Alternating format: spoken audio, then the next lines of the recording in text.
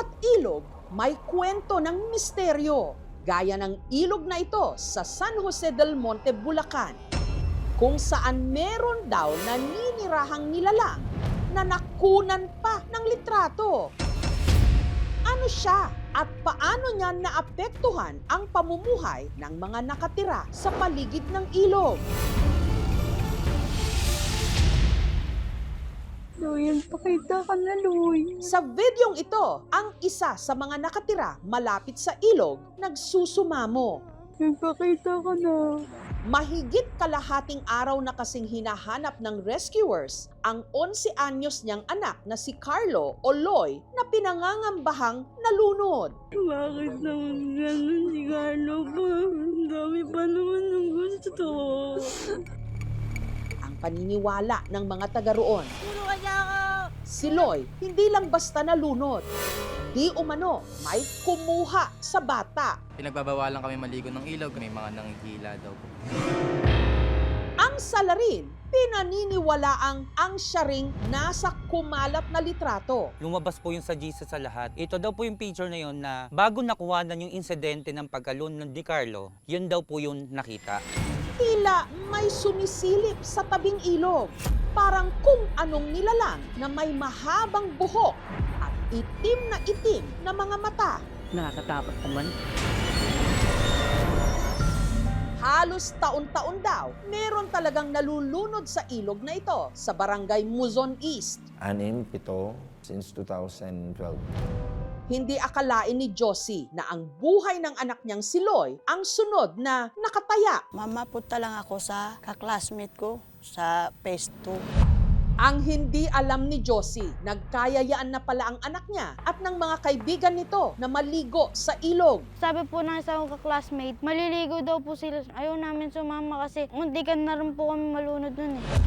Nababato lang po kami ng tubig. Habang yung iba kong ka-classmate tumalo na po. Maliligo na lang ako, pre. Pero si Carlo, hindi raw nakatiis at nakiligo na rin. Di ba po malalim hanggang tuhod lang po. Dilangoy po nila papuntang gitna.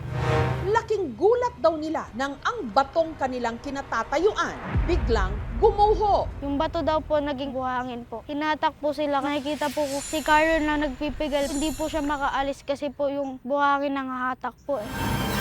Ang dalawang kaibigan ni na Renz nakalangoy pabalik sa Pampang. Tulungan niya ako! Pero si Carlo, hindi na raw nakaahon. Ang dalag na lang po yung nakikita namin. Sigaw po kami ng sigaw. Nag-engage po yung aming team. Through surface lang, hanap sila rito, kinakapa. Wala rin silang nakita. Bakit ganito anak? Nagpaalam ka bahay. Bakit dito mo ko pinapunta? Ilog pala itong malalim. Ang mister ni Josie na si Ronaldo tumulong sa mga rescuers sa pagsisid sa ilog na nasa 15 feet ang lalim. Itatay ko buhay ko. Para sa aking anak makita ko lang. Pinipilit kong makaikot ng ikot na gumagapang para maano ko yung anak ko, masalat ko man lang. Dahil lumalalim na ang gabi, Alanganin po na mag-engage ng gabi dahil medyo delikado. Pinagpabukas na po ulit. kinaumagahan sa pagpapatuloy ng paghahanap kay Loy, pasado alas 10 ng umaga, Nag-engage na yung isa namin kasamahan din, may nakapa siya. Doon niya nakapa, yung bata. Nakita na si Carlo! pero nahirapan silang iahon si Carlo dahil naipit daw ito sa ilalim. At nang tuluyan na nila itong naiahon, Matigas siya na hindi pa siya bloated. Bakit si Carlo? Bakit si Carlo? Yung sakit na parang hindi ko kakayanin. Ang sabi ko, bakit yung anak ko pa, ang bata-bata, doon lang naguho yung mundo.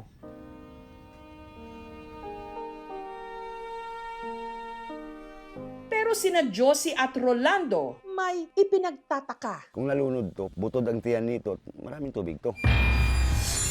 Wala eh, tuyot na tuyot yung anak ko. Tila nag-iba rin daw ang mukha ni Loy. Yung buhok niya umaba, mukha na siyang babae, lumapad pa. Hanggang nagsimula ng kumalat sa mga GC o group chat ang litratong ito. Mukhang nilalang na hindi talaga katulad ng tao eh. Parang ano ang nangyayari, pinalitan yung mukha ng nilalang na yun.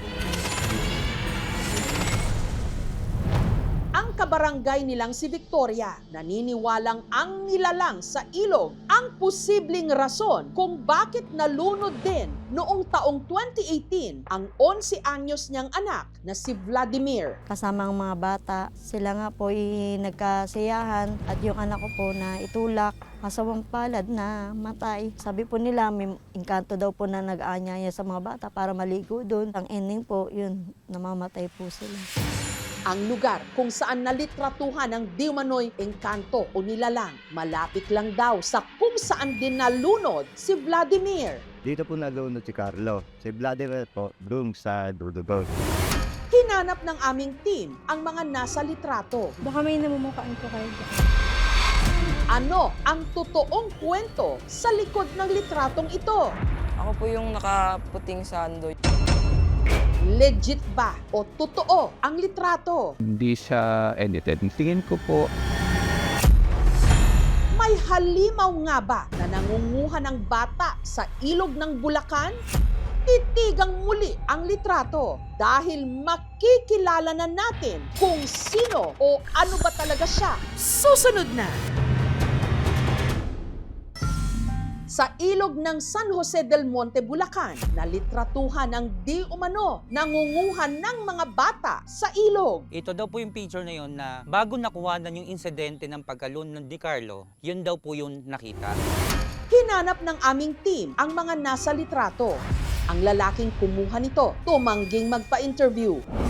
Pero ang isa sa mga kasama niya sa litrato, handa raw ilahad ang lahat-lahat. Tanda pa raw ni Sean ang araw kung kailan kinuna ng litrato. Napagdesisyonan po namin na maligo po sa phase 4 kasi po mainit po nun eh. Pagkatapos po namin maligo, dumiretso na po kami uwi. Pinost po agad ni tita yung picture. Kita niya po na parang may batang nakasilip po dun.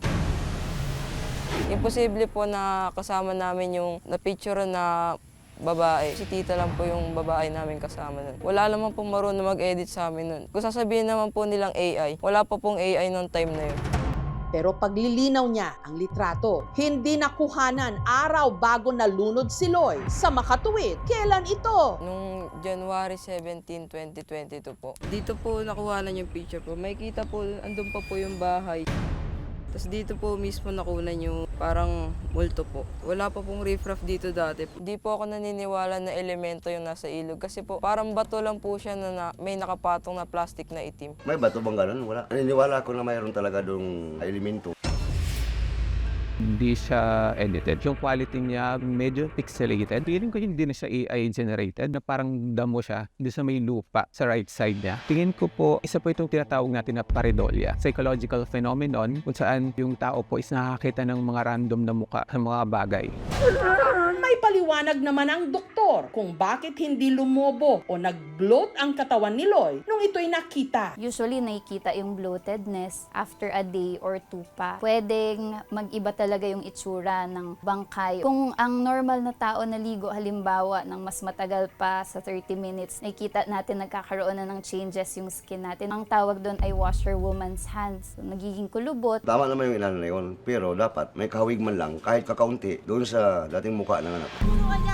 Dahil hindi nila mapaliwanag paano na nalunod ang bata at kung may nakita silang mga simbolo, ininigay nila yon kasi may narinig na silang maraming kwentong bayan tungkol dito. Ang nangyayari kasi, may change ng speed ng flow ng river. Magkakaroon na ito ng mga vertical current na pababa yung daloy ng water. Kaya parang humihigop. Sa batong part, nagsosolidify itong mga sediments or mga loose soil. Nagsesettle talaga siya dun sa malalim na part. Dahil sa pressure ng paa, kung pinapatungan, maghihiwalay-hiwalay siya. Dangerous talaga yung mga ganong mga ilog. Samantala, si Loy inihatid na sa kanyang huling hantungan. Sana yung nangyari sa anak ko, huwag na sanang mangyari sa iba. At huwag naman na sana nilang hayaan na nakatingga yung lugar na yun. Ang dapat po gawin ng sa barangay, lagyan ng bakod, lagyan ng sign na bawal na maligo dito, bawal nang magtambay. Mahilig po sa tubig kasi gusto niya. Magbakasyon kami, swimming kami. Kwento niya rin nagsisiman siya. Ang galing! Alam nating ang ilog ay buhay. Pero pwedeng-pwede ring manguha ng buhay.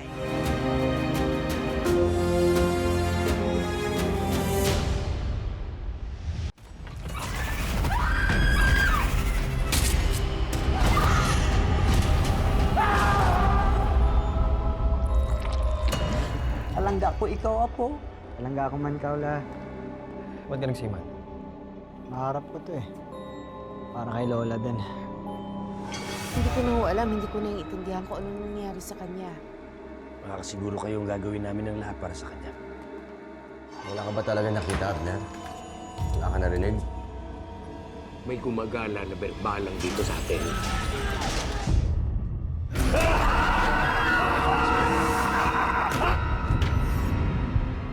Ang mga nangangambang puso't isip, ginagamit yan ng demonyo para kumapit sa kaluluwa ng tao.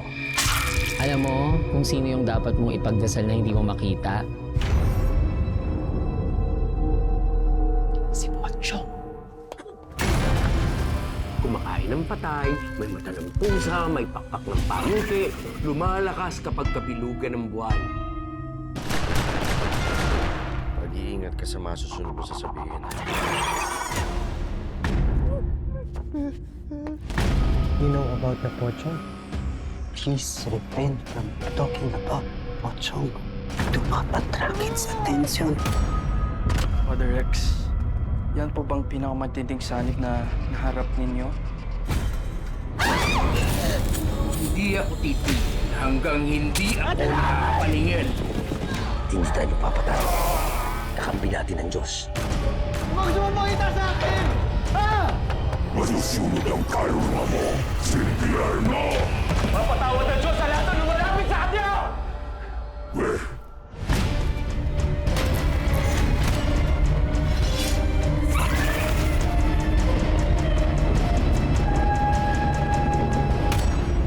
Ito po si Jessica Soho at ito ang Gabi ng Lagim.